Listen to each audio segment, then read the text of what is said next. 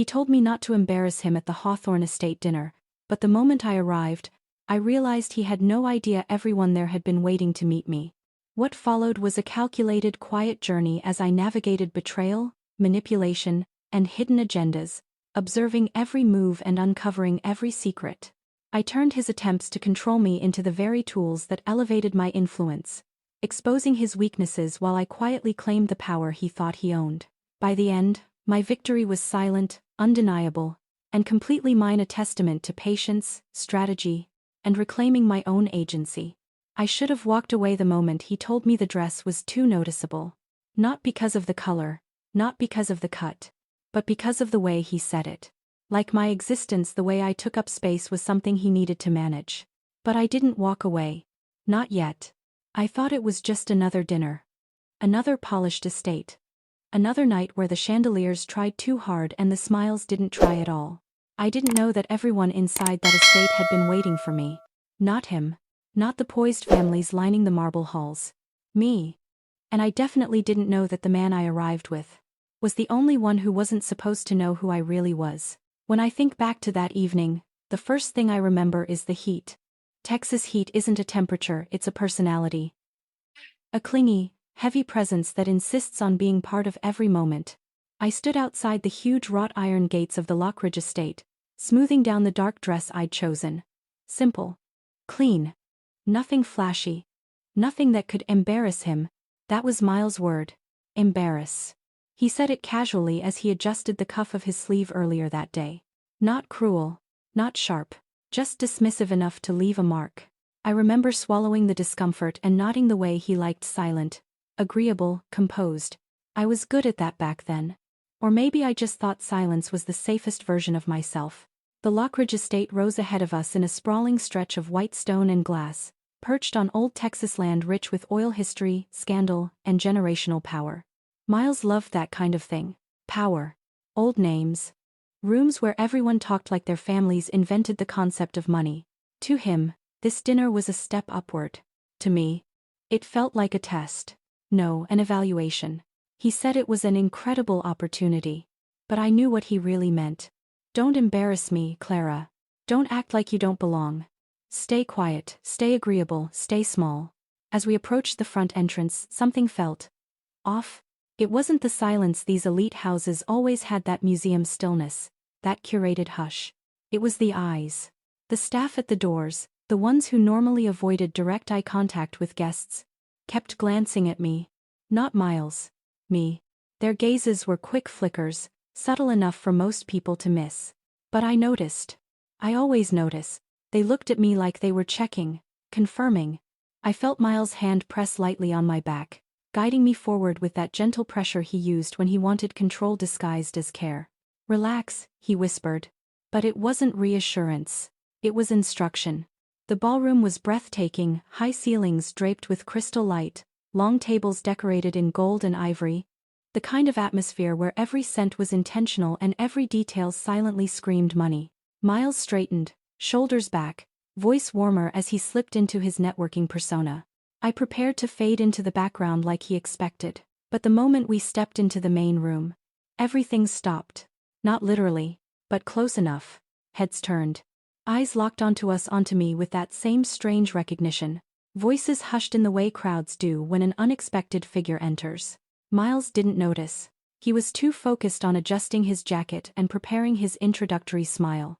But I felt it. A shift. A ripple. Like I'd walked into a story I didn't know I was part of. Just as Miles opened his mouth to greet the nearest couple, a woman across the room gasped. Hand over her chest. Eyes full of disbelief. A quiet, breathless whisper. Is that her? Miles didn't hear her. But I did. And I felt my stomach dip. Not in fear but in confusion. He leaned close to me, lowering his voice. Clara, chin up a bit. Shoulders back. And for the love of God, try not to freeze like you're overwhelmed. I wasn't overwhelmed. I was alert. Something was happening in this room. Something he hadn't prepared me for. Something he didn't even know was unfolding. But in typical Miles fashion, he assumed any tension was coming from my supposed inadequacies, not the environment. A tall man approached us, silver hair, posture perfect, smile too bright to be genuine. I braced myself for the usual introduction. Miles stepping forward, me lingering half a step behind. But instead, the man bypassed Miles entirely. He stopped directly in front of me, and bowed his head. Not deeply, but respectfully. "Miss Hayes," he said softly. "As honored as we all are, we didn't expect you to come." My name. My full name. I had never seen this man in my life. Miles stiffened beside me. "Miss Hayes," he repeated, his voice tight. "You know her." The man gave Miles a quick, dismissive look, as does everyone here. Miles forced a laugh, one I recognized as the early sign of panic he tried to hide. "Well, I suppose she's more known than I realized," he said, too quickly. The man's smile grew faintly amused, like he was watching someone try to bluff with empty cards. "Known?" I echoed. "Miles? She's the reason half the board agreed to attend in person." Miles blinked. Once. Slowly. I felt his hand tense at my waist. A new emotion settled in him. Fear not for me but for what this meant for him. "What board?" I asked quietly. The man tilted his head, confused. "You weren't told." Miles jumped in fast. "She's joking," he snapped. "Clara doesn't need all the details." But the man didn't look convinced. If anything, he looked almost sympathetic. As though I was the only one in the room who didn't know the true reason for my presence. We moved deeper into the ballroom, and people began approaching. Not to greet Miles, to greet me. They used my last name with reverence, with anticipation, with familiarity they shouldn't have had. I felt eyes on me from every direction, some curious, some stunned, some almost emotional. Every few steps, someone whispered, "That's her. She actually came. Do you think she knows? Should we tell her?" Each whisper tightened something inside my chest. Not panic, not fear, something colder. A question forming silently. Who did they think I was? Miles tried desperately to regain control. He introduced himself loudly, talked over people, shifted his body between me and the guests. But it didn't matter. People kept slipping around him as though he were a decorative obstacle. I watched his confidence crumble in real time. The polished, smooth-talking man who told me to keep quiet was suddenly invisible. And he hated it. I could feel his resentment in the way he gripped my arm, too tight, too urgent. "Clara," he whispered sharply, "stick with me. Don't wander off. This is not the time to." He stopped mid-sentence as another guest cut him off. A woman in emerald green, eyes sharp, voice trembling with awe. "Miss Hayes," she said, "we're honored, truly. Your father would have been proud." My father? I hadn't heard that name mentioned in years. Not here. Not in this world. Not in any world Miles occupied. Because Miles had always believed I came from nothing. And I had let him believe that. The woman's expression softened when she saw my confusion. "You don't know, do you?" she whispered. Behind me, I felt Miles stiffen completely, like a man watching the floor crack beneath him. "Know what?" I asked. She opened her mouth to answer, but a sudden chime echoed through the ballroom. A subtle ringing, quiet, deliberate, meant for attention. A signal. Everyone turned toward the grand staircase. Including me. And standing at the top of those marble steps was a man who looked exactly like my father. There are moments in life that don't feel real when they happen. Moments that hit so deeply, so suddenly, that your body recognizes them before your mind can process them. Seeing him, the man at the top of the Lockridge estate staircase, was one of those moments. For a brief, suspended second, my lungs forgot how to function. Because the silhouette, the jawline, the way he stood with his hands clasped behind his back, it all mirrored someone I never expected to see in a place like this. Someone I certainly didn't expect anyone here to acknowledge. Someone who existed in my memories like an unfinished sentence. My father, or at least, the ghost of who he used to be. He didn't move at first. He just stood at the top of the staircase, watching me with an expression I couldn't read. Not warmth. Not anger. Not love. Not exactly recognition. It was something quieter, heavier. A look that belonged to a man who'd waited too long to say anything at all. Around me, the crowd shifted, subtle but collective. Almost like royalty had arrived. Almost like the dinner had just begun because I was here. Miles' hand clamped around my wrist. "Don't go anywhere." I didn't pull away. Not yet. I was too busy trying to get air back into my lungs. The woman in emerald spoke softly beside me. He requested your presence himself, she said, eyes shimmering. We all assumed you were told. I hadn't been told anything. Because the person who should have told me, the man whose grip was tightening in irritation, didn't know anything either. And that realization made Miles' fear palpable. The man at the top of the stairs finally began making his way down. One step at a time, measured, controlled. A presence that didn't need to command the room. Because the room was already bent toward him. I should have moved. I should have walked toward him. I should have done something other than stand frozen beneath the weight of so many eyes. But my legs weren't listening, and my mind, normally sharp, observant, calculating, felt like it was lagging several seconds behind. He reached the bottom step, and he smiled. Not at the crowd. Not at Miles. At me. Miles stepped forward abruptly, like he could intercept the moment itself. Good evening, he said, forcing a laugh. We weren't expecting. The man didn't even look at him. It wasn't rude. It was simply dismissive in a way that said, you are not relevant to this moment. He addressed me instead. Clara. Just my name. Soft, almost rehearsed, but that single word hit harder than anything he could have said. He studied me with quiet intensity. You look. He trailed off, exhaling slightly. Exactly like your mother did at your age. The room shifted again. Not toward me this time. Toward him. I felt questions forming in people's eyes. Whispers waiting to be spoken. Restless energy building like pressure in a sealed container. Miles swallowed hard, masking the sound with a cough. Sir, with all due respect. None taken, the man said calmly, still not glancing at him. Someone stifled a laugh in the background. I held on to a single truth in that moment. This man had power here. Real power. The kind that didn't require volume or explanation. And he had used that power. To call me here. Why? He stepped closer. Not threateningly. Almost cautiously. You weren't told the reason for this dinner, he said, watching my face carefully. No, I answered, voice low, steady. I wasn't. His expression darkened not with anger but with disappointment directed at someone who wasn't me. Then I owe you an explanation. Miles stiffened. The crowd collectively inched nearer. And the man, this mirror image of someone I used to know, offered me his arm. Walk with me. Miles tried to step between us again. She'll stay with me, he insisted, trying to latch onto whatever authority he thought he had. But the man gave him a single, quiet look. Not loud. Not aggressive. Just definitive. It was the expression of someone who didn't argue. Someone who had never needed to. Miles stepped back. His confidence evaporating. His composure fracturing. I placed my hand on the man's offered arm not because I trusted him, but because curiosity pulled me forward with a force I couldn't resist. We left the ballroom, stepping into a long hallway lined with portraits. Commissioned art. Oil paintings. Gold frames. Generations of wealth and legacy displayed unapologetically. Our footsteps were the only sound. Who are you to them? I asked quietly. To them? He smiled faintly. I'm the one who signs the checks. I frowned slightly. What about to me? He stopped walking. And for the first time, something vulnerable flickered across his expression.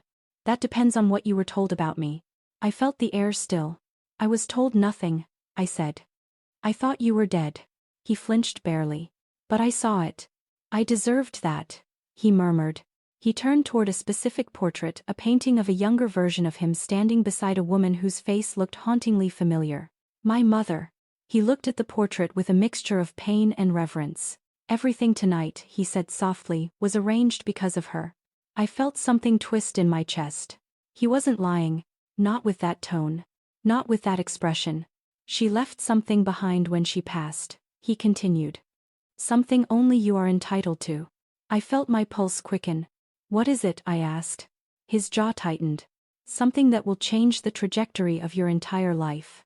We both turned at the sound of rushed footsteps. Miles appeared in the hallway, breath uneven, face strained. He tried to smile. That strained, public relations smile he used when he was seconds from unraveling.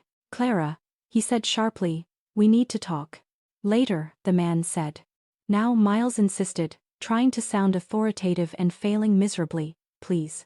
His tone held a tremor. Not fear of losing me. Fear of losing whatever status he believed he'd gained by bringing me here. The man stepped aside slightly, giving me room. You may speak with him, he said. But whatever you do next, let it be your choice, not his. It wasn't a threat. It was permission. Miles grabbed my arm once we were alone. What is going on? He hissed. I stared at him, really stared at him, and realized he wasn't worried about me. He was worried about being left out of whatever power shift he sensed in the air. Miles, I said slowly, did you know who these people were? Who he was? He hesitated. That single half-second hesitation was all the answer I needed. No, I whispered. You didn't bring me because you thought I'd fit in. You brought me because you thought I'd make you look good. His jaw clenched. This is not what I planned, he admitted through gritted teeth. No, I agreed softly. It's exactly what you feared. Before he could speak again, a door at the end of the hallway opened. The man stepped out, holding a small velvet box. Old, locked, stamped with a symbol I recognized from my childhood, though I didn't know how. He approached us slowly. Clara, he said, voice steady, this belonged to your mother. She left it in my care until you were old enough to claim it. My breath caught. Miles' eyes widened. The man extended the box toward me. Inside this, he said softly, is the truth about who you are, and why everyone here has been waiting for you. My hand trembled slightly as I reached for it. The box was cold, heavier than it looked, almost humming with the weight of years. I lifted the latch. I remember the sound before anything else. The quiet metallic click of the latch lifting. It wasn't loud. It wasn't dramatic. But it carried weight like generations of silence breaking in a single breath, and in that moment, holding that small velvet box, I felt time stretch. Like the hallway wasn't just a space, but a threshold. A before. And an after.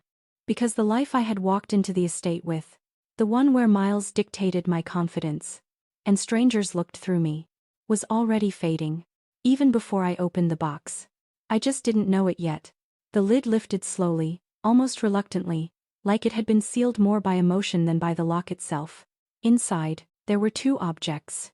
Neither looked particularly valuable, yet both felt important in a way I couldn't explain. The first was a folded letter yellowed around the edges, the paper softened by time. The second was a silver signet ring. At first glance, it looked simple, understated. A small crest carved into the center, ornate, but not flashy. But something about it made the air feel heavier. Miles leaned in slightly, eyes narrowing. What's that supposed to be? He murmured. I didn't answer, because I didn't know, not consciously, but somewhere deep inside, something about that ring felt familiar. Like a memory I had forgotten on purpose. My father or the man who resembled him watched me quietly. That letter is from your mother, he said. Written in the final weeks of her life. My throat tightened. I didn't open it yet. Couldn't. The paper felt fragile, like a living thing that would crumble if handled without care. Instead, I turned my attention to the ring. What does this mean? I asked. He didn't answer immediately. Instead, he gestured down the hallway, toward the portraits lining the walls. Walk with me, he said softly. It'll make more sense if you see it for yourself. He led me to a large portrait halfway down the corridor. A formal painting oil on canvas of a man wearing the same ring on his right hand. The resemblance was unmistakable. The jawline, the posture, the quiet power. It was him. A younger version, but him. And on his finger, the identical ring. It's a family crest, he explained. But then he shook his head, correcting himself. No. Your family crest. The words hit me like a subtle shock. Miles scoffed too quickly, too defensively. A crest? Seriously? This is some old money theatrics. Miles, the man said calmly. You do not speak for her. The silence that followed was sharp. Miles' mouth shut immediately, surprise flickering across his face. He wasn't used to being dismissed. Not like this. Not by someone who didn't even raise their voice. The man continued walking.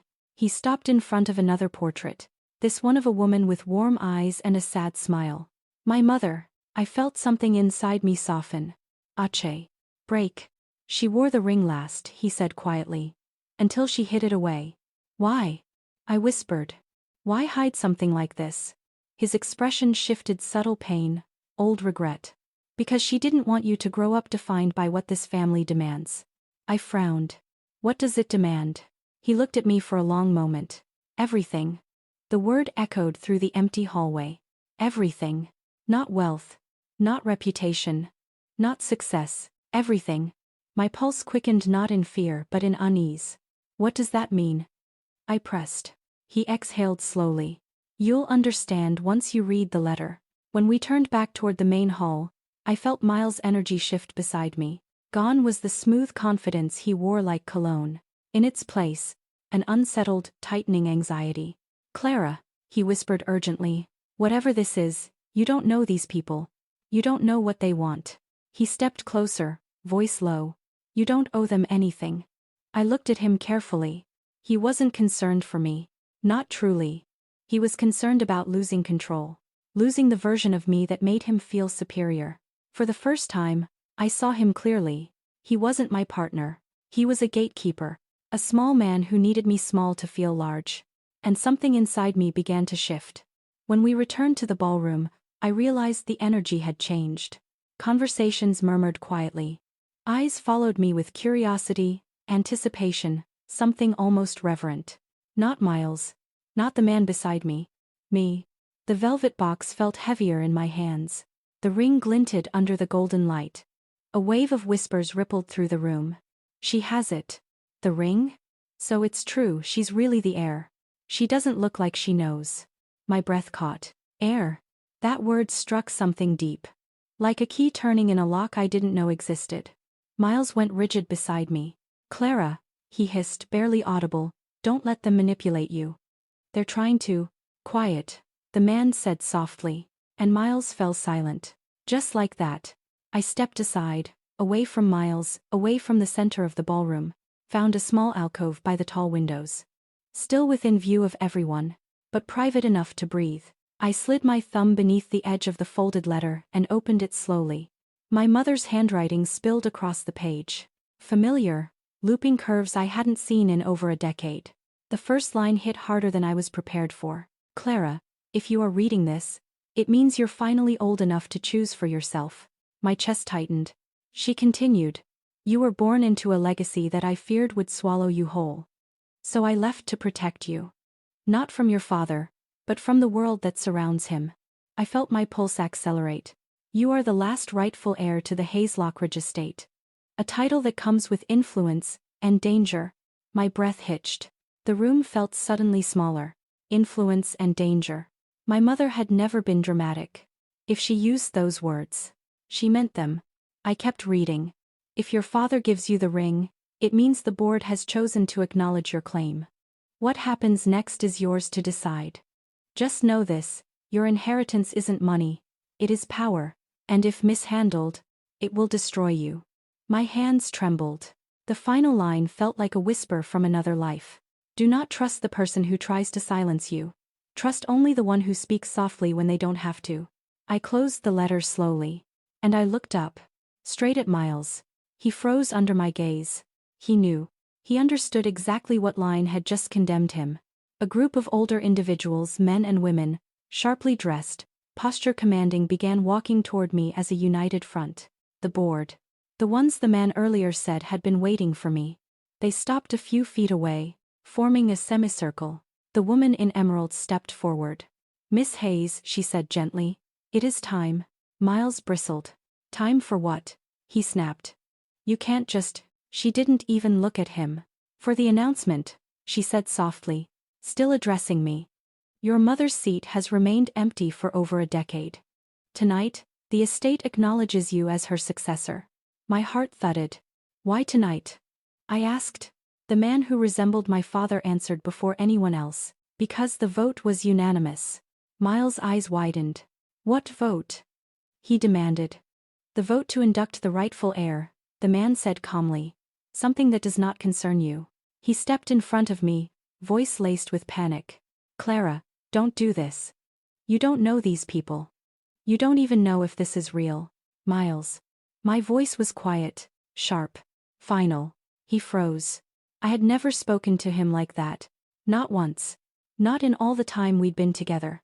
He blinked at me, flustered, stunned, wounded not by fear for me, but by my refusal to let him speak for me. Before he could gather himself, the man placed a gentle hand on my shoulder.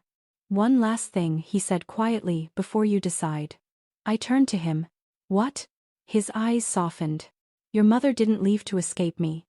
She left to protect you from the power that comes with this legacy. And she asked me not to contact you until you were old enough to decide whether you wanted it. My breath stilled. And you respected that? I whispered. His voice dropped. For 13 years. The board stepped closer. The air tightened. Every eye in the ballroom focused on the ring in my hand. The woman in emerald spoke again. All you must do is put it on, she said gently. The moment you do, the estate recognizes your authority. Miles whispered urgently, Clara, think. Please. If you do this, everything changes. He wasn't wrong. Everything would change. My mother's letter rested against my chest. Her warning echoed in my mind. Trust only the one who speaks softly when they don't have to. I looked around. The board, silent, waiting. The man, quiet, controlled. Miles, panicked, desperate. My hand lifted toward the ring. The ballroom inhaled collectively. I slid the ring onto my finger. And the lights in the entire estate flickered violently. Gasps erupted around the room. Someone whispered, she activated it. I didn't enter that week, expecting to unravel anything. I told myself I was overthinking, that the tension I felt at the gala was just exhaustion, nerves, maybe even insecurity. But deep down, something had shifted. And once something shifts inside you, you can't always push it back where it came from. The morning after the dinner, I woke up to sunlight cutting through the curtains like a quiet blade. The estate was silent. Too silent. Miles had already slipped out of bed. But he'd left a note on my nightstand, neat handwriting, sharp edges, the kind that looks like it's hiding something. Had an early meeting. Don't wait up. Wear something understated tonight. Please. That last word burned. Please. Not affectionate. Not loving. Just instructing. I set the note down slowly, like it might detonate if I moved too fast. I walked downstairs, trying to shake the discomfort, but it clung to me, like static. Like a warning. The estate staff moved around me with polite professionalism, yet their glances lingered a second too long. Not judging, studying. As if I was part of some conversation I hadn't been invited into. I overheard two workers whispering in the kitchen hallway. Their voices were low, urgent. One muttered, he's really pushing it this time. The other answered, I just hope she knows what she's stepping into. I paused. I didn't breathe. Were they talking about me? Or about him? Neither option felt good. Miles texted me mid-afternoon. A simple message. Dinner with the Harrisons tonight. Try not to draw too much attention. Important impression to make. The phrasing hooked itself into me sharp, cold. Try not to draw too much attention. I stared at the screen until it blurred. Was I an accessory? A liability? A shadow he needed to dim? He followed the message with a voice note, keeping his tone soft and reasonable, too reasonable. It's just a business thing, Clara. You look perfect no matter what. I just don't want any distractions tonight. That was the moment I knew he was hiding something. Because Miles only layered charm that thick when he was building a cover. I chose a simple black dress for the dinner, quiet, elegant, unassuming. But as I looked at myself in the mirror, something felt off. Not the dress. Me? Something inside me was tightening, waking up. A feeling that had been dormant for too long. An instinct I'd learned not to ignore. All day I kept replaying the looks from yesterday. The staff whispers. The subtle way guests at the gala had spoken to me before speaking to him. As if I was the person they expected. Not him. And Miles had hated it.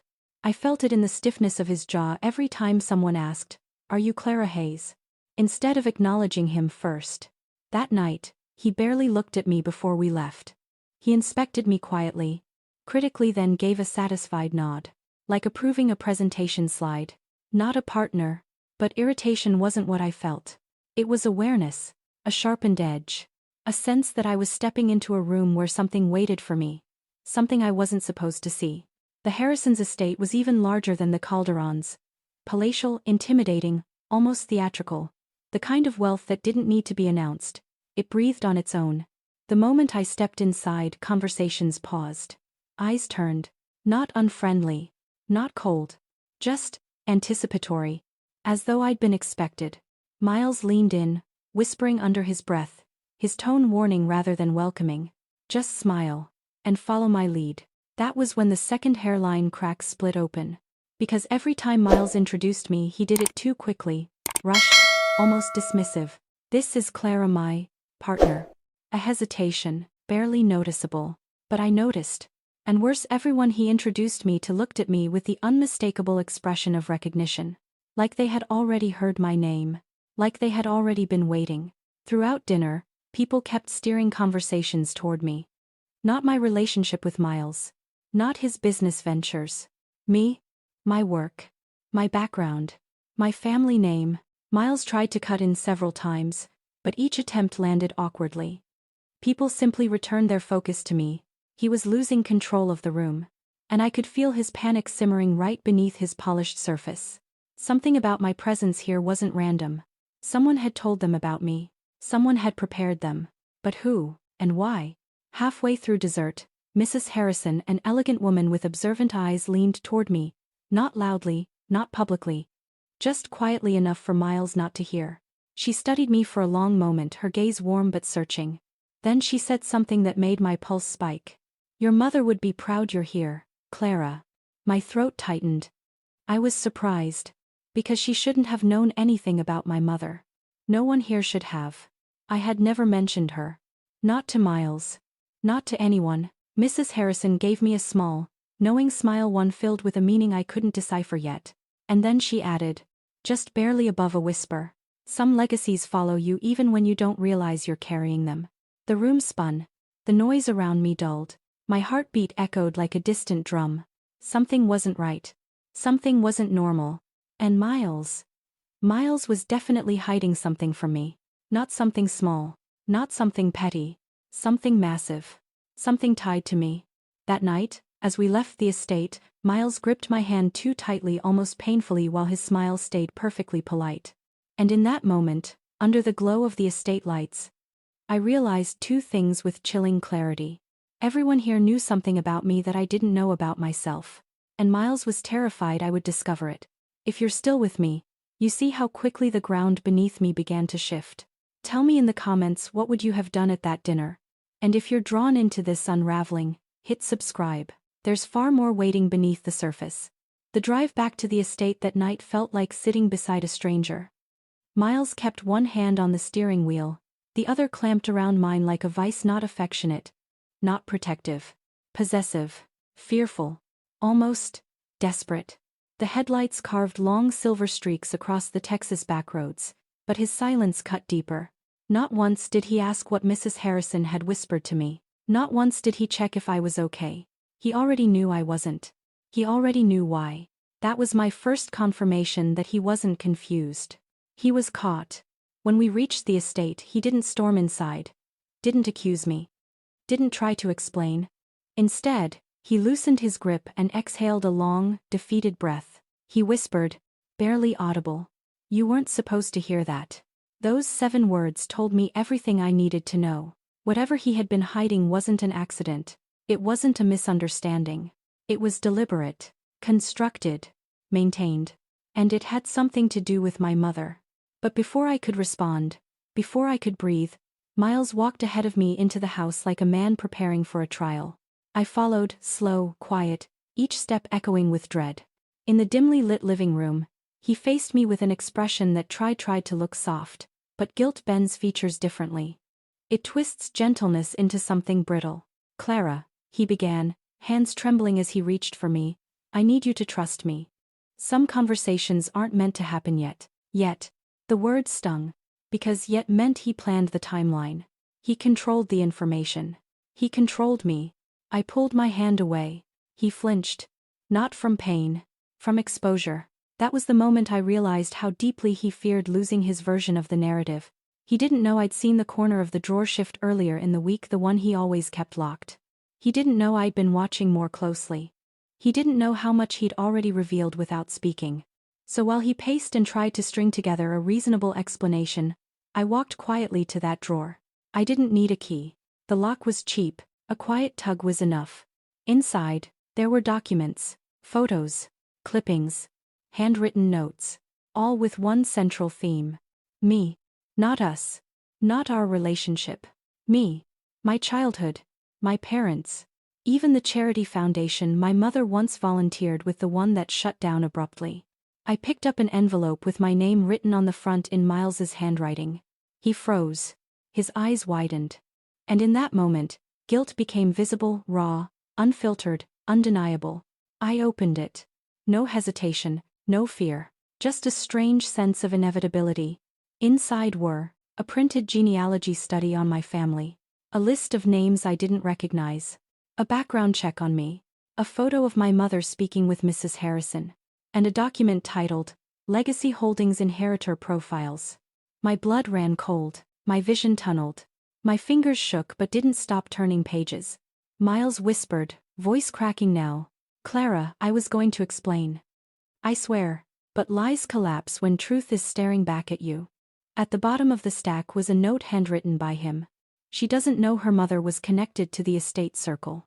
Don't say anything until I have her fully settled here.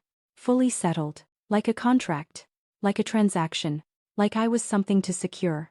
Every moment of tension suddenly made sense. Every odd introduction. Every warning.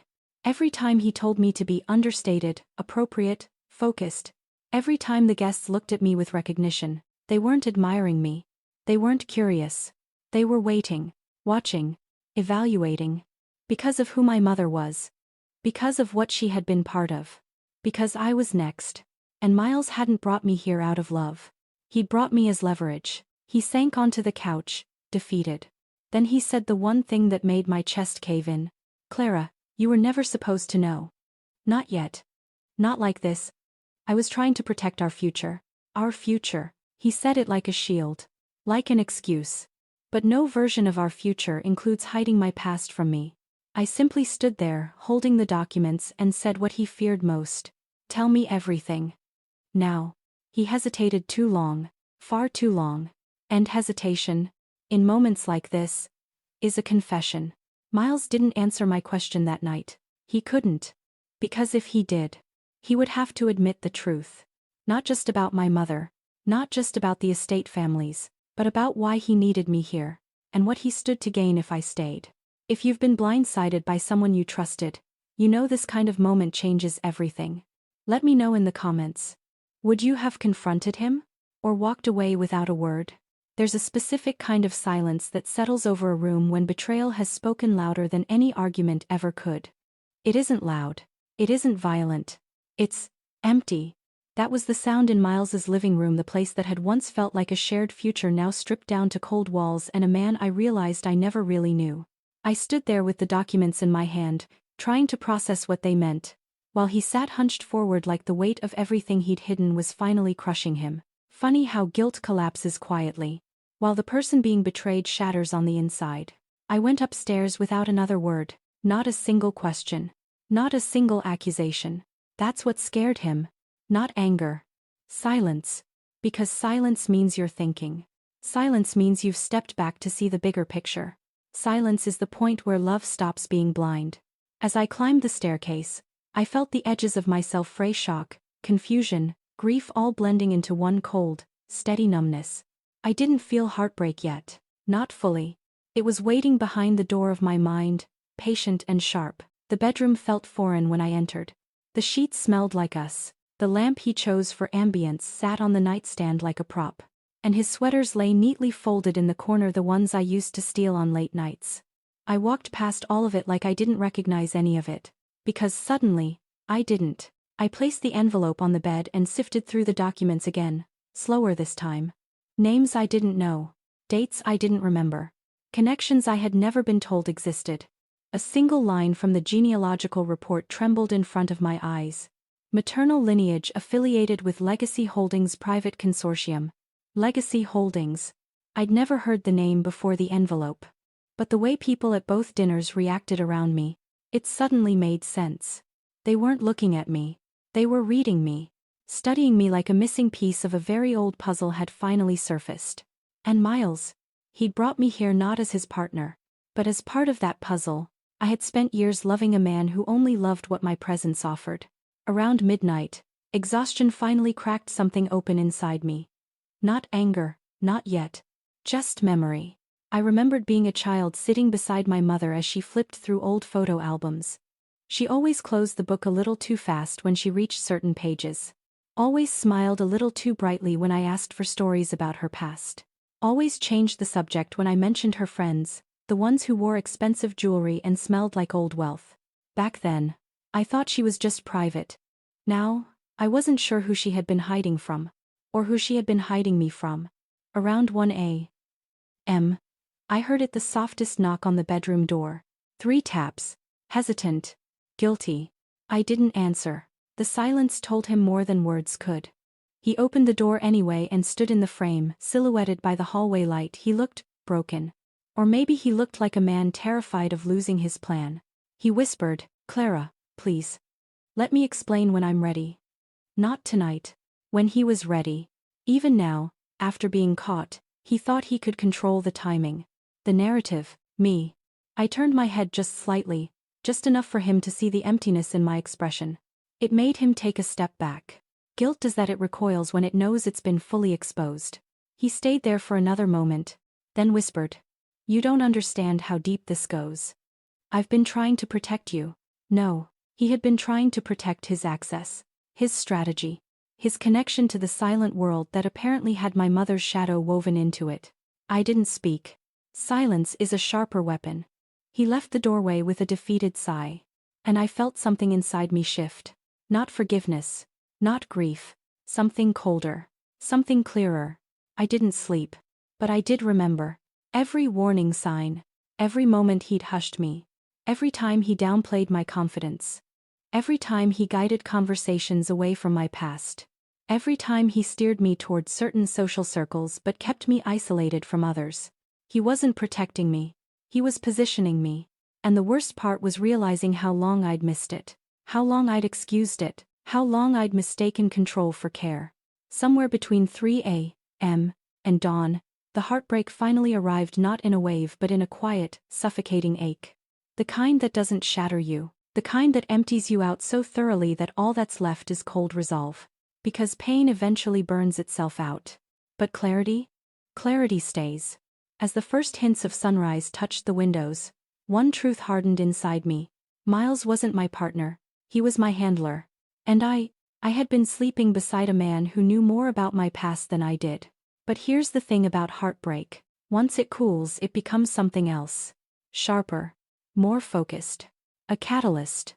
And as I watched the sun rise over the estate, a new thought lifted inside me with slow, chilling certainty. If Miles thought he could control the narrative, then he had forgotten who he invited into his life. Because there is nothing more dangerous than a woman who finally sees the full board. And at dawn, when the estate still slept, and the world felt suspended, I opened the envelope one last time, and found something tucked behind the final page. Something he definitely didn't want me to see. If you've ever discovered something that changed how you saw someone forever, you understand this moment. Tell me in the comments.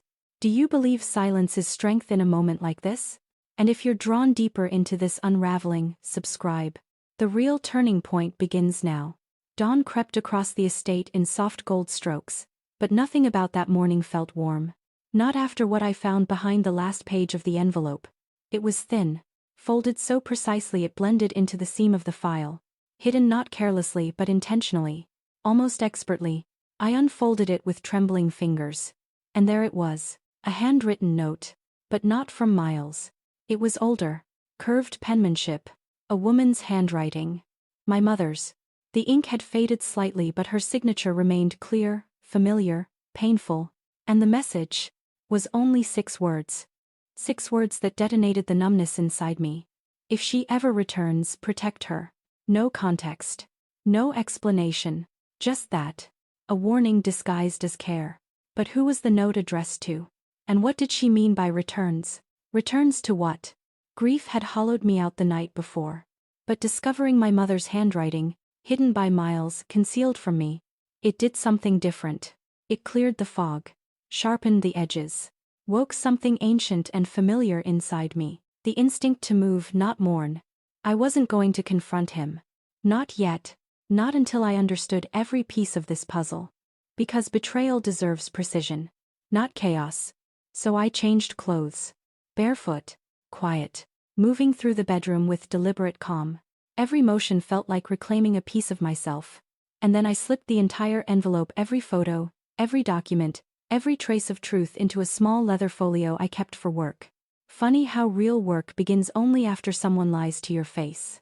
When I left the bedroom, the house was silent except for faint footsteps downstairs. Miles. He was pacing. Stressed. Anxious. Good. Let him feel it. I didn't go to him. I didn't speak. I didn't give him the confrontation he was preparing for.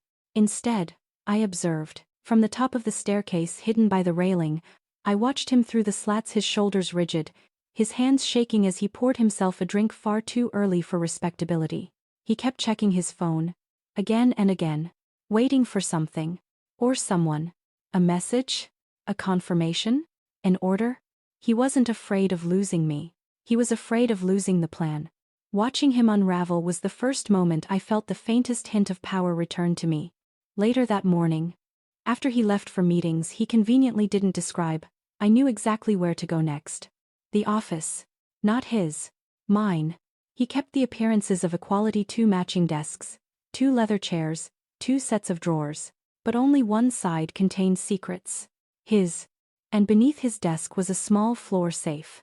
One he thought I didn't know about, but I had watched him open it once unintentionally, a reflection in a glass cabinet. I'd seen 2 numbers before he closed it. And I knew him well enough to guess the rest. People think hiding combinations is about complexity, but it's always about ego. His birthday. Mine. The anniversary he thought mattered more to me than it ever did to him. I tried it. 06/24/19. Click. Open. Inside was another folder.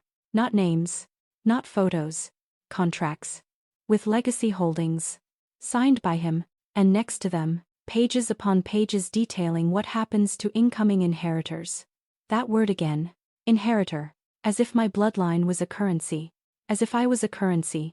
But the part that froze me was a line highlighted in yellow. Marital consolidation recommended for full rights transfer. Marital consolidation. Not marriage. Not love. A deal. A transaction. A merger. He hadn't brought me here to build a life. He had brought me here to secure an empire. And he had planned to do it before I ever learned the value of what I carried. Buried at the bottom of the safe was a single business card with a gold-embossed crest. Legacy Holdings. But underneath the crest was a name. One that made my breath hitch. Evelyn Hayes. My mother. But the title beneath it, that was what made my legs weaken. Former executive director. My mother wasn't just connected. She wasn't a passive member. She had been at the center of whatever Legacy Holdings was. Which meant Miles's interest wasn't incidental. It was generational.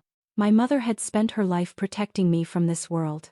And Miles had dragged me right back into it. It clicked. Hard. Cold. Complete. He needed me because of what my mother was. Because of what she left behind. Because of what I was meant to inherit. This wasn't betrayal in the romantic sense. This was structural. Calculated. An architecture of deception built long before I ever stepped foot in his life. That was the moment the heartbreak died completely. Revenge took its place. Not fiery. Not frantic. Cold. Steady. A slow tide rising. He thought he owned the board. He thought he mapped every move. But he had underestimated the one flaw in his plan. I am my mother's daughter. And she never wrote warnings lightly. I closed the safe. Replaced everything exactly where I found it. Except for one thing. The business card. I slipped it into my folio, pressing it flat beneath the flap. If my mother had once been part of Legacy Holdings, then someone out there still remembered her, still feared her, still respected her, someone who could tell me the truth, without Miles's filter. And I planned to find them. Quietly, ruthlessly, methodically, before he realized the board was shifting in my favor. But as I turned to leave the office with the card hidden in my pocket, I heard a faint creak behind me. The front door opening too softly for a man who weighed 190 pounds. Miles was home early, and I wasn't supposed to be anywhere near this room. A single discovery can turn confusion into strategy. Tell me in the comments. Do you think discovering the truth changes people, or simply reveals who they always were? I didn't sleep the night before. Not because of fear those days were behind me, but because the gears in my mind had finally started turning the way they were always meant to. Each thought was clean. Sharp. predictable, and more importantly, undeniable. I'd learned enough about Miles's estate circle to know one thing clearly. These people didn't respect him. They tolerated him, used him, placed him in the helpful, eager, socially ambitious category. A man they'd invite only when the real names already had something better to do. That was my advantage, because they didn't know me yet, but they were about to. The morning unfolded like a chess warm-up. I had my workspace spread across my dining table. Notes, timelines, names, relationships, land portfolios, rumored partnerships, everything Miles had underestimated or ignored. He'd built his reputation in that circle on borrowed influence. On the other hand, I carried quiet potential he never once stopped to consider. Quiet potential people in his world always notice. I started small little nudges, subtle messages, quiet acknowledgments. A mutual connection request on LinkedIn to a real estate developer's wife in River Oaks. A casual, harmless message of appreciation on a lifestyle brand Instagram account run by a woman who chaired half the estate charity events. Friendly, neutral, never overeager. Women like that can smell desperation. But they respond to warmth, especially warmth that isn't asking for anything. And oh, they responded quickly. By noon, 2 of them had followed me back. One had liked 3 of my old posts. And another had sent me a DM. Are you attending the Hawthorne Estate dinner tomorrow? Your name came up. I stared at those 8 words for a long second.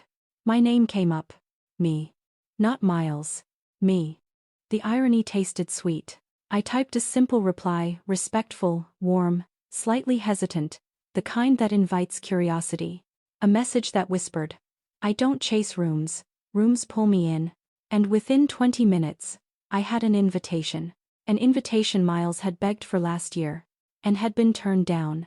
That was the moment I knew the universe was shifting. Not loudly, not violently, just quietly tilting in my favor. He texted me later that evening. Don't do anything reckless tomorrow. I actually laughed. I couldn't help it. Reckless? Showing up to a dinner where I'd been personally invited. But his wording told me everything I needed to know. He felt something slipping. Not me. Power. He always worried more about losing power than losing a person. I didn't answer him. Silence has its own meaning, and he was finally learning to listen to it. By the next morning, he tried again. If you come, keep it simple. These people aren't here for drama. He was unraveling, panicking in a restrained, socially polished way. The way men unravel when their version of control no longer applies. I still didn't reply. I needed him unsteady, preoccupied, second-guessing himself so thoroughly that he'd never see the next steps coming. And oh, the next steps were already falling into place. Most people assume men hold the keys to the inner circles of wealth, but that's only true on paper. In practice, it's the women, the wives, the daughters, the sisters, the friends, the board members on every silent committee that actually approves everything that matters. Those women weren't just connected, they were aware. They knew who was who mattered, who was rising, and who was slipping through their fingers. And they were the ones who reached out to me. One messaged, I heard so many lovely things about you. Looking forward to meeting you in person. Lovely things. From who? I didn't need to ask. Because high society works like this. If they sense someone new is entering the ecosystem, they ask around. Quietly. And word spreads like perfume in a ballroom. Someone had vouched for me. Someone respected. Someone who didn't care what Miles thought. That's when I realized. To them, he was a footnote, but I was potential. That night, he called me, not a text, not a voice note, a full call. The tone? Low. Flat. Trying too hard to sound in control. I didn't pick up. He tried again an hour later. And again the next morning. When I finally answered, my voice was calm. Good morning. He exhaled like he'd been holding air all night. I want tomorrow to go smoothly, he said. Smoothly. Meaning, I want you to keep me from losing face. He spoke cautiously, describing the event, the people, the expectations. Indirect references to me staying in my lane. Not misunderstanding the setting. Not oversharing. My silence pierced him harder than any argument could. Because I wasn't the one spinning. He was, and he didn't understand why. The closer the dinner came, the more he tried to lower my expectations. as if preparing me for insignificance. But what he didn't know, what he couldn't know, was that the entire dinner was already shifting toward me without a single move of aggression on my end. The women were curious, the hosts were intrigued, and the organizer had even emailed me privately confirming I'd be seated near the front. Near the front. That was the kind of seating Miles used to brag about wishing he could get someday. And now, I'd been placed there without asking. He never saw it. He wasn't meant to. This was the quiet advantage of being underestimated. No one sees you until you're already in the room. The night before the dinner, after everything was already arranged, after the invitations, the seating charts, the discreet confirmations, I received one final message. A name I didn't expect. A person Miles had always spoken about with awe, reverence, fear, someone who rarely acknowledged newcomers. It read, Clara Hayes.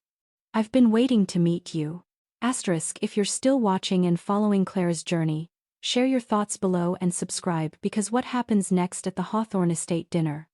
It rewrites every rule Miles thought he controlled. I stared at the message, reading it once, twice, then a third time just to make sure exhaustion wasn't making me hallucinate. The sender? Evelyn Hawthorne. The Evelyn Hawthorne, co-founder of the Hawthorne Estate Trust, old money heiress, and the silent architect of half the major philanthropic projects in Southeast Texas. Austin used to speak of her like she was royalty, untouchable, unreachable, practically mythic, but she reached out to me. Directly. Not a secretary. Not an assistant. Her. And the wording, not, we'd like to meet you. Not, you're invited. But, I've been waiting. Waiting. For me.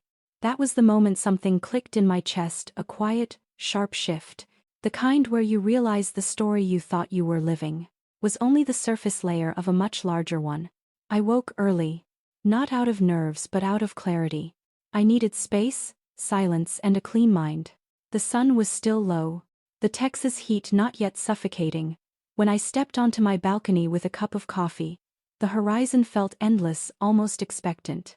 Everything was too still, too calm, like the universe was holding its breath. That's when I felt it. Something was coming. Something bigger than Austin's petty attempts at control. Something older, more rooted, more inevitable. And somehow, I was already in its path. At 10 a.m. he called. I let it ring. He texted. I didn't answer. Then he tried FaceTime. I declined. 3 seconds later, Clara. Answer me. The possessiveness in those 4 words struck a nerve I didn't realize was still sensitive. A reminder of the version of myself he once believed he owned. I called him back when I was ready. My voice was level, measured, controlled. Good morning. He exhaled, shaking his head on the other end. Why didn't you answer earlier? I was busy. With what? A life that doesn't revolve around your anxiety. Silence. A thick, uncomfortable silence where I could practically hear him adjusting his expectations. After a few seconds, he softened his tone, fake calm. Practice gentleness. Clara. Just be careful tonight. You don't know these people the way I do. He meant, I don't know how to predict you anymore, and that terrifies me. But I didn't give him the validation of saying it out loud. Have a good day, Miles, I said, and hung up first. I'd never hung up on him before, not once. The power shift was small but seismic. Around noon, I received a text from one of the society wives I'd connected with 2 days earlier. I heard you'll be sitting near Evelyn tonight. That's a good sign. A good sign. Not luck, not coincidence. A sign. 40 minutes later. Another woman messaged. Everyone's curious about you. Everyone. I checked my notifications. 3 new follow requests. 2 polite messages from women asking about my work. 1 cryptic comment under one of my photos. See you tonight. The estate needs fresh air. Fresh air. The irony of that phrase wasn't lost on me. For years Miles tried to convince me that I was simple, ordinary, not built for high society. And yet the people he idolized were treating me as something refreshing, something desired, something he could never be. I chose my dress carefully, not showy, not loud, not trying to overcompensate the way he always feared I would. A deep charcoal gown, clean lines, low back, subtle shimmer, elegant without begging for attention. The kind of presence that said, I'm here. Whether you look or not, I exist. As I stood in the mirror, fastening a simple earring, I didn't recognize the woman staring back. Not because she was different, but because she was finally visible. To herself. To others. To the world Miles had tried to keep me out of. I pulled up to the Hawthorne estate at sunset. The driveway was lined with lantern-lit trees, a soft glow scattered over the manicured grounds. Luxury cars were parked in formation like an exhibit, sleek, polished, intimidating. But the first unexpected thing didn't come from the cars. Or the crowd on the steps. It came from the valet. He opened my door, glanced at the guest list tablet in his hand, and froze for a half-second. "Miss Hayes?" His tone shifted instantly more formal. "Yes. We were told to bring you directly to the South Terrace. Mrs. Hawthorne asked for you." Asked. Not suggested. Not approved. Asked. I felt something tighten behind my ribs. Miles had always told me that people like Evelyn didn't summon guests. Not unless they mattered. Not unless they were strategically significant. So why me? Why now? Was this about business? Influence? Reputation? Or was it something else? Something Miles never wanted me to discover? This was the first major twist. I wasn't just invited. I wasn't just welcomed. I was expected. As I crossed through the marble halls and down the open corridor leading to the terrace, I caught glimpses of guests already whispering. Eyes tracked me from doorways, not with suspicion, but with recognition. Like they already knew who I was. Like someone had told them. And that was the most unsettling part. Who had been talking about me? And what exactly were they saying? The terrace overlooked the eastern garden's rose paths, trickling fountains, golden evening light reflecting off glass sculptures. It was peaceful. Almost cinematic.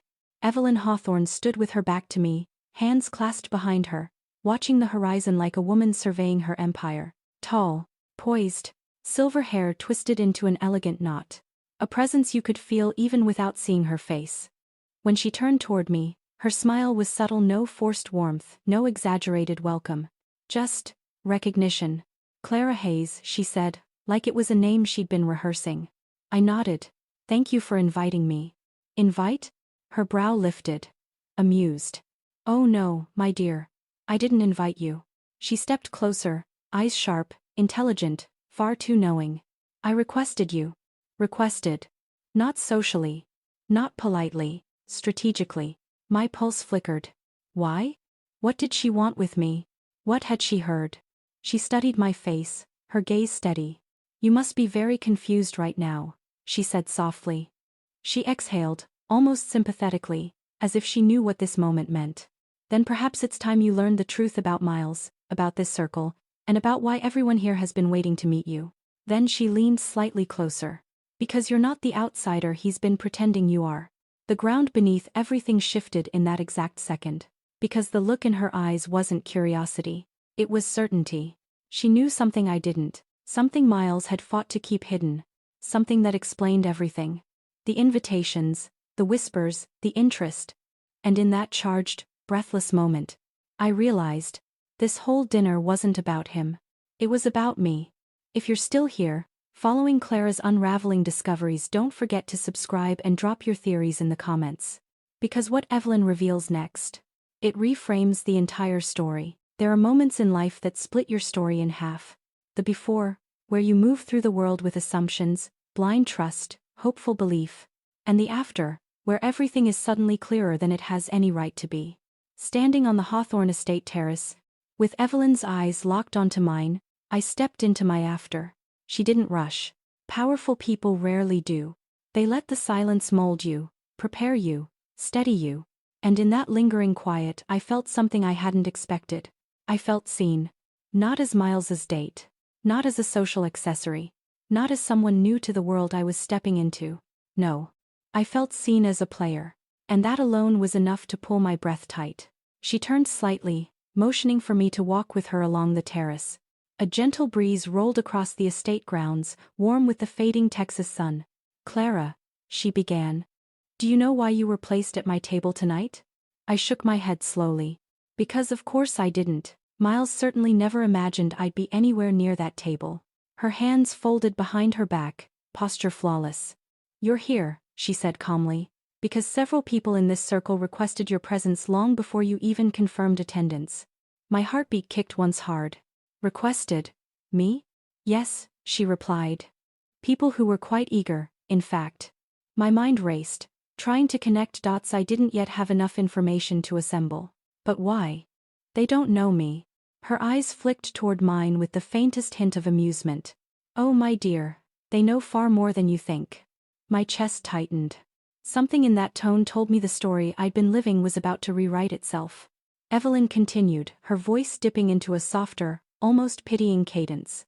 You're aware, I'm sure, that Miles has been trying to climb into this world for quite some time. I nodded. Yes, aware was an understatement. He'd talked about it relentlessly. Obsessively. He framed it as ambition, but deep down it always felt like insecurity dressed in designer shoes. Well, she said, there's something he never admitted to you. She paused, watching my reaction closely.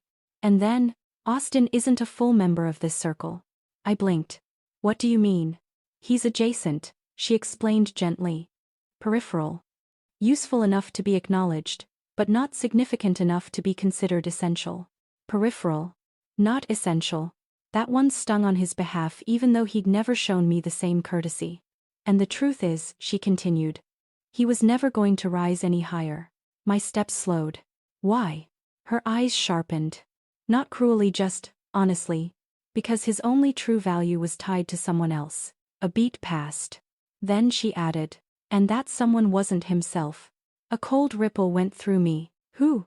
I asked quietly. She looked at me with a knowing softness. You.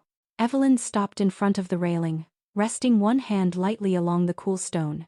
Miles met you, Clara, during a period when many of us were discussing a shift, new philanthropy directions, new community leadership models, new partnerships. Your work, your background, your visibility in certain academic circles. She let her sentence drift off deliberately. My entire body felt frozen. My background? I echoed carefully. Yes. Your research, your projects, your publications. There were several people who found them intriguing. I blinked once. Hard. I had never spoken to Miles about any of that in detail, never even told him how often my work was referenced or shared. He'd always dismissed it, calling it niche, unrelatable, not socially valuable. But apparently, others disagreed. Are you saying? I whispered. People here already knew who I was before tonight. She smiled gently. Not everyone. But enough. Enough. Enough to shift the balance. Enough to rewrite the social dynamic Miles thought he controlled. Enough to explain the whispers, the messages, the sudden interest. Enough to understand why he had tried so desperately to keep me out of this room. Evelyn turned toward me fully. The only reason Miles gained access to certain circles over the past year was because of you. My breath hitched. She continued. We allowed him in, because we wanted access to you. It felt like someone had cracked open a secret vault inside my life. Everything that had felt confusing suddenly aligned. The way Miles discouraged me from attending events. The way he minimized my achievements. The way he insisted I would embarrass him. The way he panicked when I made my own connections. The way he unraveled when I ignored his calls. The way he tried to control what I wore, said, or did around his important contacts. He wasn't protecting me from that world. He was protecting his position, a position built on the foundation of my reputation, not his. He was standing on platforms built from my name. And he never wanted me to see it. Evelyn watched the realization settle over me. Miles treated you as his asset, she said softly. Not his partner. The words hurt. Not because they were cruel, but because they were true. And the moment he sensed we were interested in you directly, she continued, he tried to distance you from us. My stomach twisted. He told us you preferred privacy. He told us you weren't ready for certain spaces. He tried to convince us you would be intimidated. My breath trembled. Why? I asked, even though the answer pulsed beneath my ribs like a bruise. Because, she said, her voice steady and certain, if we saw your potential, we would have no more use for him. I closed my eyes, just for a moment, letting the full truth settle. The betrayal wasn't just emotional. It was strategic. Calculated. He hadn't just underestimated me. He had hidden me. He had clipped my wings so he could borrow my shadow. And now, that shadow had finally stepped into the light without him. When I opened my eyes, Evelyn's expression had softened. We invited you tonight, she said gently, because we want to speak to you directly. Not through him. not filtered by his insecurities. She stepped closer. You are capable of far more than he ever allowed himself to admit. And then, the final twist of the chapter, she lowered her voice. And Miles knows that. My heartbeat stopped for a fraction of a second. She held my gaze. He knows exactly who you are. And exactly how far you could rise. That's why he's been trying to keep you small. My fingers curled slowly against my dress. Tiny embers quiet. Controlled embers lit behind my ribs. Not rage. Not heartbreak. Something sharper. Something steadier. Something that would define every move I made from this moment forward. Before I could speak, before I could process the swirl of revelations still unfolding in my chest, another figure appeared behind us. Someone I recognized immediately. Someone whose presence shifted Evelyn's expression into something subtly pleased. And someone Miles feared more than anyone in this entire estate. They stepped closer. Smiling. Clara Hayes, they said softly. We need to talk. The moment that person stepped onto the terrace, the air shifted. Not dramatically, not with fanfare, but subtly. The way gravity tilts when something heavy moves unseen. It was Julian Harrow, board member of Legacy Holdings, former trustee of multiple family estates, a man whose word carried weight far beyond the room he occupied. Austin Myers feared him. He never mentioned Julian without hesitation. But Julian didn't glance at Miles as he approached me. He didn't even notice him. His focus was entirely on Clara Hayes. Clara Hayes, Julian said quietly, deliberate, every syllable sharp. We've been expecting you. Expecting me. Not Miles. Me. I straightened, my posture impeccable. No panic. No awe. Just quiet awareness, the kind that unravels plans before they're even executed. Julian handed me a slim, unmarked folder. Casual on the surface. Heavy with consequence in reality. This, Julian said softly, is what Miles Myers has been trying to hide. I opened it just enough to see the contents. Contracts, emails, and handwritten notes detailing Miles's schemes, manipulated partnerships, inflated influence, and shadow dealings meant to consolidate control over the social and financial circles he coveted. Everything laid bare. Miles's empire wasn't real. It was borrowed. A fragile structure propped up by my lineage, my mother, Evelyn Hayes, and the network she once commanded. And now I held the blueprint of its collapse. I didn't react outwardly. Julian's eyes lingered, gauging mine. Inside, however, a thrill of controlled power surged. Miles Myers arrived moments later, scanning the terrace, searching for me. When his eyes landed on Julian, his confident facade faltered. Julian. Miles's voice cracked, betraying his unease. Julian didn't acknowledge him, only turned to me with a calm precision. My lips curved in the slightest, subtle smile, the kind that spoke volumes without a sound. I don't need to confront Miles yet. The panic in him, the uncertainty, his carefully built structure beginning to crumble, that was enough. Julian leaned slightly, speaking just for me to hear. Your presence tonight changes everything. He can no longer hide what was never his to begin with. Miles's shoulders stiffened. A bead of sweat formed at his temple.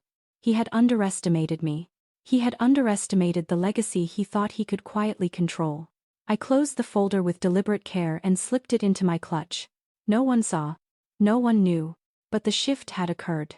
Conversations I had observed earlier at the terrace, subtle glances, hushed tones began to make sense. Every whispered question, every polite but probing introduction was now aligned toward me. Miles had positioned me in his narrative. I was rewriting it. By the time the first course was served, I had already mapped out my moves. I would not confront Miles directly. I wouldn't speak unless necessary. I would let the world see him unravel while I quietly gained the upper hand. By the dessert course, whispers reached Miles's ears. Clara Hayes? Isn't she Evelyn Hayes' daughter? I heard she's directly connected to the board now. Have you seen what she's been working on recently? Miles's eyes darted toward me. The woman he thought was an accessory now central, luminous, untouchable. He opened his mouth, closed it again. He realized too late that his influence was meaningless here. Every plan he had relied on, every small maneuver he had believed secure, was falling apart. Mai's phone buzzed discreetly. A single text from an unknown number, short, precise. Meet me in the West Wing. The final piece awaits. Her pulse quickened, but not with fear, with anticipation. Somewhere in the estate, the final domino was waiting to fall. By the time the final course was cleared, the Hawthorne Estate terrace had transformed. Not in its physical layout, marble remained gleaming, lanterns still lined the walkway, but in the invisible architecture of power. Clara Hayes no longer moved through the space as a newcomer. I moved as a force, measured, calm, lethal in my quiet precision. Miles Myers, on the other hand, was unraveling. He had always believed control came from proximity. That power could be held with presence alone. But tonight, he was irrelevant. And he knew it. Miles tried small maneuvers first. A pointed comment to a board member about the importance of legacy that fell flat. A failed attempt at introducing himself to a prominent investor, whose attention had already shifted to me. Even subtle gestures, handshakes, casual glances were misinterpreted or ignored. He flinched at every recognition I received, every polite nod I earned, every question directed at me instead of him. The irony wasn't lost on me. For months he had told me to stay quiet, to avoid embarrassing him, to blend, disappear, defer. And yet here I was, silent, calculated, the room bending toward me without a word of confrontation. I watched him from across the terrace. He was pacing subtly, faking casual conversation but flinching with every acknowledgement I received. Small beads of sweat glistened at his temple. A man who believed himself untouchable, faltering in real time. He didn't know I had the folder Julian gave me. He didn't know I had mapped out every connection in the room. He didn't know that by the end of the night, his reputation would be irreparably fractured. And most importantly, he didn't know that I was the one quietly pulling every domino. It was subtle, almost cinematic. I approached him quietly, the soft shuffle of my heels masked by the murmurs of the gathering. Miles glanced up. For the first time all night, he didn't smile. He didn't attempt charm. He tried his usual, a casual, confident nod. But it didn't land. It felt hollow. It sounded hollow. I stopped a foot away. I let the silence stretch, knowing he hated it most. "Do you realize how fragile your position really is?" I asked softly. Not accusatory, not cruel, just stated as fact. Miles swallowed. His mouth moved but no words came. Every sentence he might have crafted, every excuse, every justification faltered under the weight of truth. I leaned slightly closer. "Every network you've tried to build," I continued, "was possible only because of access you borrowed. Every introduction, every approval, every whisper in this room. Do you understand now?" Austin's jaw tightened. "Clara."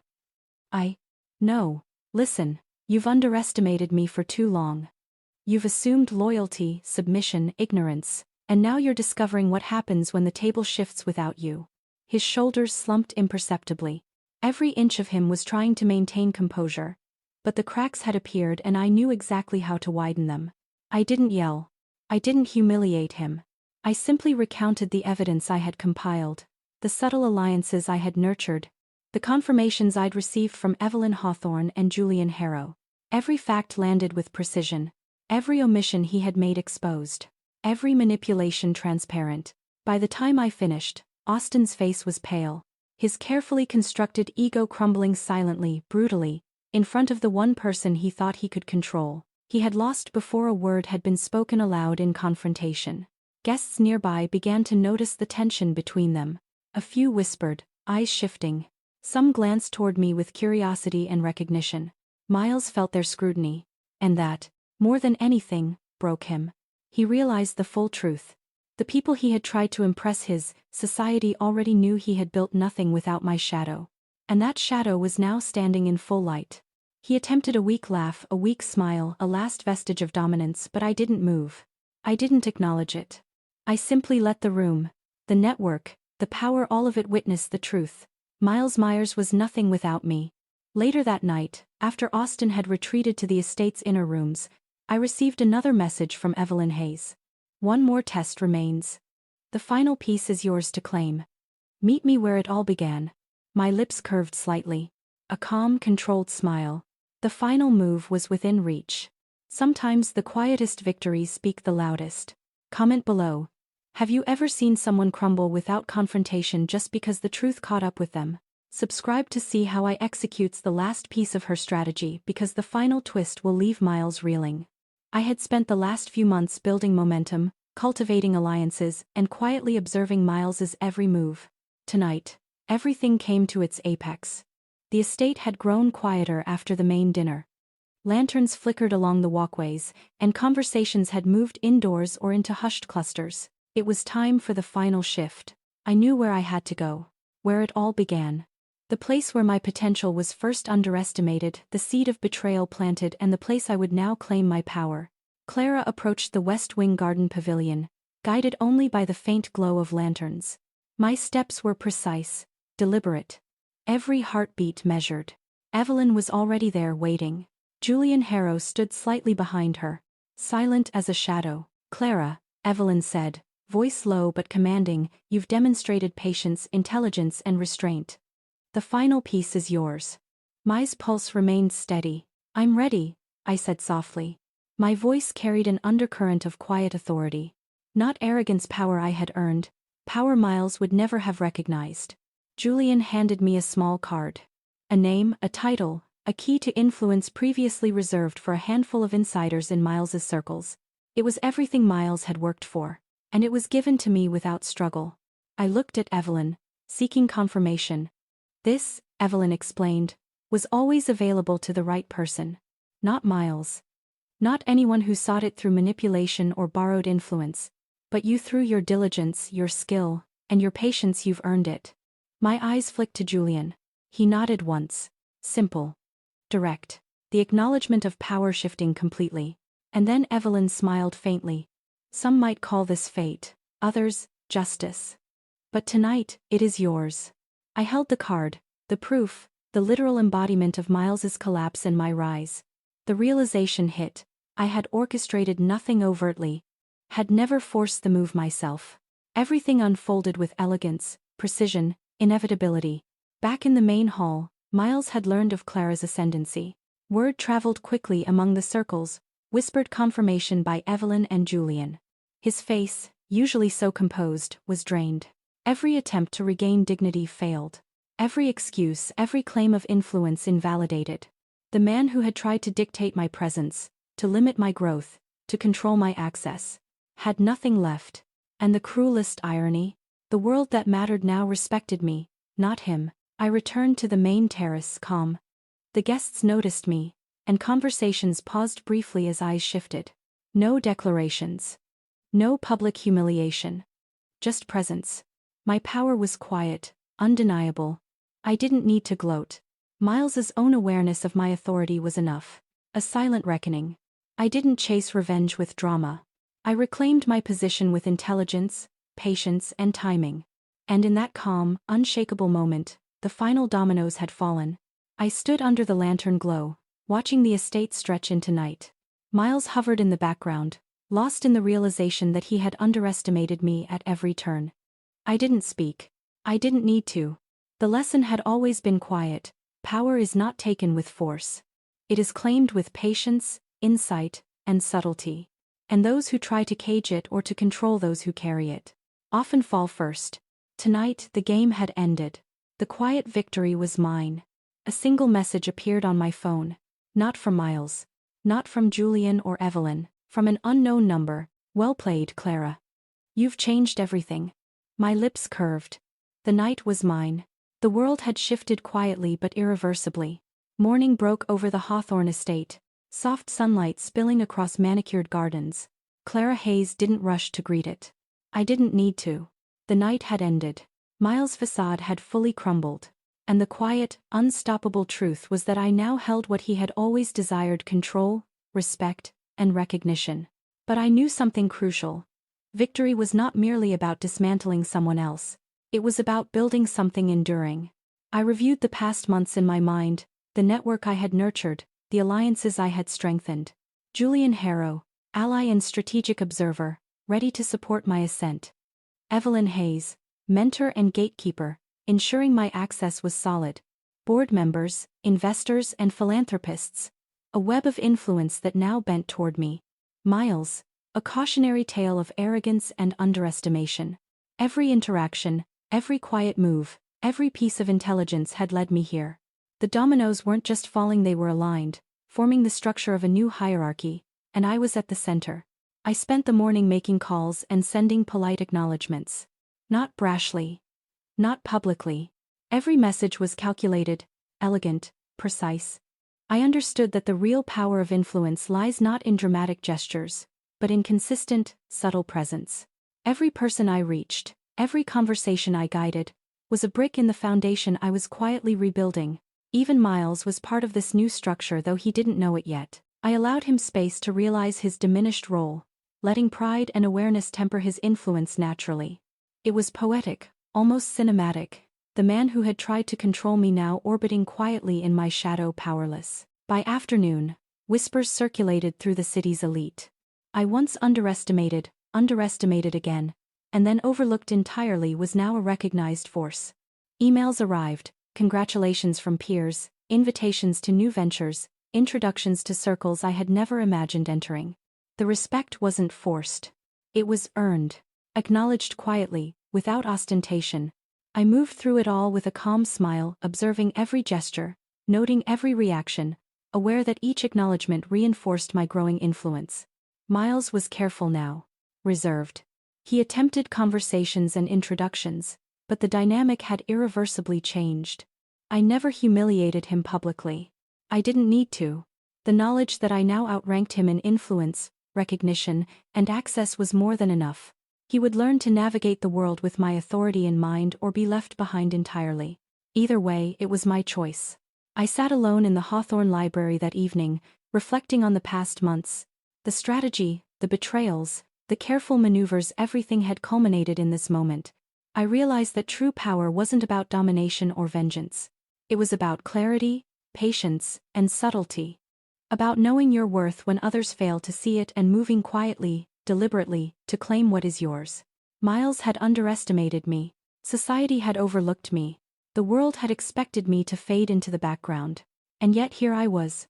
Undeniable, unstoppable, empowered. As I prepared to leave the estate for the evening, a final message appeared on my phone. The circle recognizes you. The estate, the city, your influence, it's yours to shape. A simple confirmation, yet it carried immense weight. The game had ended. But the world I now commanded was only just beginning. Have you ever reclaimed control over something you thought was lost? Comment below. Clara's journey reminds us all that quiet strategy can be more powerful than confrontation. The night had settled over the Hawthorne estate, painting the gardens and terraces in silver and shadow. I stood alone on the balcony, overlooking the grounds where so much had changed in mere hours. Everything had shifted. Not through noise, confrontation, or spectacle, but through patience, strategy, and self-awareness. Miles, once my looming obstacle, had crumbled under the quiet weight of truth. The network, the estate, the circles of influence, now they all moved in acknowledgement of my presence. And I, finally, felt the still potent power of being truly seen. I reflected on what had brought me here. Restraint, when others demanded spectacle. Observation, when others acted impulsively. Precision, when chaos reigned. Power is not loud. It does not require dramatic displays or vengeful outbursts. It grows quietly, patiently, until it cannot be ignored. Miles had tried to define me, confine me, and even silence me. And yet, in doing so, he had inadvertently placed me exactly where I needed to be. The irony was satisfying but understated. A quiet justice earned and unshakable. I lifted my gaze to the stars above the Texas horizon. I realized that my victory was not only about outmaneuvering Miles or claiming influence. It was about reclaiming myself, my voice, my agency, my power. For years, I had allowed others to define my potential. For months I had operated in shadows, doubted, restrained. Now, every decision, every movement, every connection belonged to her, unfiltered, unapologetic, complete. The world no longer dictated my worth. I did. I knew the path ahead would not be without challenges. Networks shift, loyalties waver, and influence is never permanent. But I had learned the greatest lesson of all. True empowerment is quiet, unassailable, intentional. I smiled softly. Not for anyone else. Not for recognition. But for myself. The estate below shimmered in moonlight, serene and steady. And for the first time in a long time, I felt entirely untouchable. If there is a moral in this journey, it is this. Do not underestimate the quiet. Do not undervalue patience. Do not allow others to dictate your narrative. I had been underestimated, silenced, and constrained. And yet, Through deliberate action, reflection, and subtle strategy, I had claimed my world. I had turned betrayal into clarity, suspicion into insight, and patience into power. And now, finally, I could move forward not seeking revenge, not seeking approval, but simply living fully in the space I had always deserved. If you've ever been overlooked, underestimated, or constrained, take a moment to reflect. Patience, strategy, and self-awareness can be more powerful than confrontation. Subscribe to follow more stories of quiet resilience, subtle power, and life-changing strategy.